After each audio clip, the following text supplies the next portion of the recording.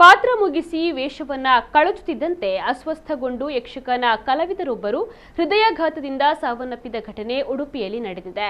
ಮಂದಾರ್ತಿ ಮೇಳದ ಕಲಾವಿದ ಈಶ್ವರಗೌಡ ಸಾವನ್ನಪ್ಪಿದ ವ್ಯಕ್ತಿ ಚೌಕಿಯಲ್ಲಿ ತಂದೆಯ ಆಶೀರ್ವಾದವನ್ನ ಪಡೆದು ಪಾತ್ರವನ್ನು ನಿರ್ವಹಿಸುತ್ತಿದ್ದ ಈಶ್ವರಗೌಡ ಮಂದಾರ್ತಿ 2ನೇ ಮೇಳದಲ್ಲಿ ಮಹಿಷಾಸುರ ಪಾತ್ರವನ್ನ ಮಾಡ್ತಾ ಇದ್ರು. ನಿನ್ನೆ ಪಾತ್ರವನ್ನ ಮುಗಿಸಿ ವೇಷ ಕಳಚುತ್ತಿದ್ದಂತೆ ಅಸ್ವಸ್ಥಗೊಂಡವರನ್ನ ಆಸ್ಪತ್ರೆಗೆ ದಾಖಲಿಸುವ ವೇಳೆ ಅವರು ನಿಧನರಾಗಿದ್ದಾರೆ. ಪಾತ್ರವನ್ನು ಮುಗಿಸಿ ಇಹಲೋಕವನ್ನ ತ್ಯಜಿಸಿದ ಈಶ್ವರಗೌಡ ಅವರ ಸಾವಿಗೆ ಕಲಾಭಿಮಾನಿಗಳು ಸಂತಾಪವನ್ನ ವ್ಯಕ್ತಪಡಿಸಿದ್ದಾರೆ. ಇವರ ತಂದೆ ಕೂಡ ಅದೇ ಮೇಳದಲ್ಲಿ ವೇಷಧಾರಿಯಾಗಿದ್ರು.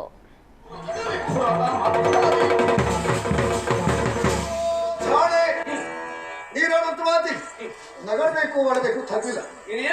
ಸುರರ ಪಕ್ಷಬಲ ವಹಿಸಿ ಇದುವರೆಗೆ ಬಂದೆಯ ಸುರರ ಪರೇ ಬಂದೆಯ ಇದು ನಿನಗತ್ತರವಲ್ಲ ಜಾಣೆ. ಒಂದವ ಸಾಮಾನ್ಯ ಯೋಚನೆ ಮಾಡಬೇಡ. ಬ್ರಹ್ಮನಿಂದ ಹೊರಗಡೆ ಬಿಡ್ತೇವೆ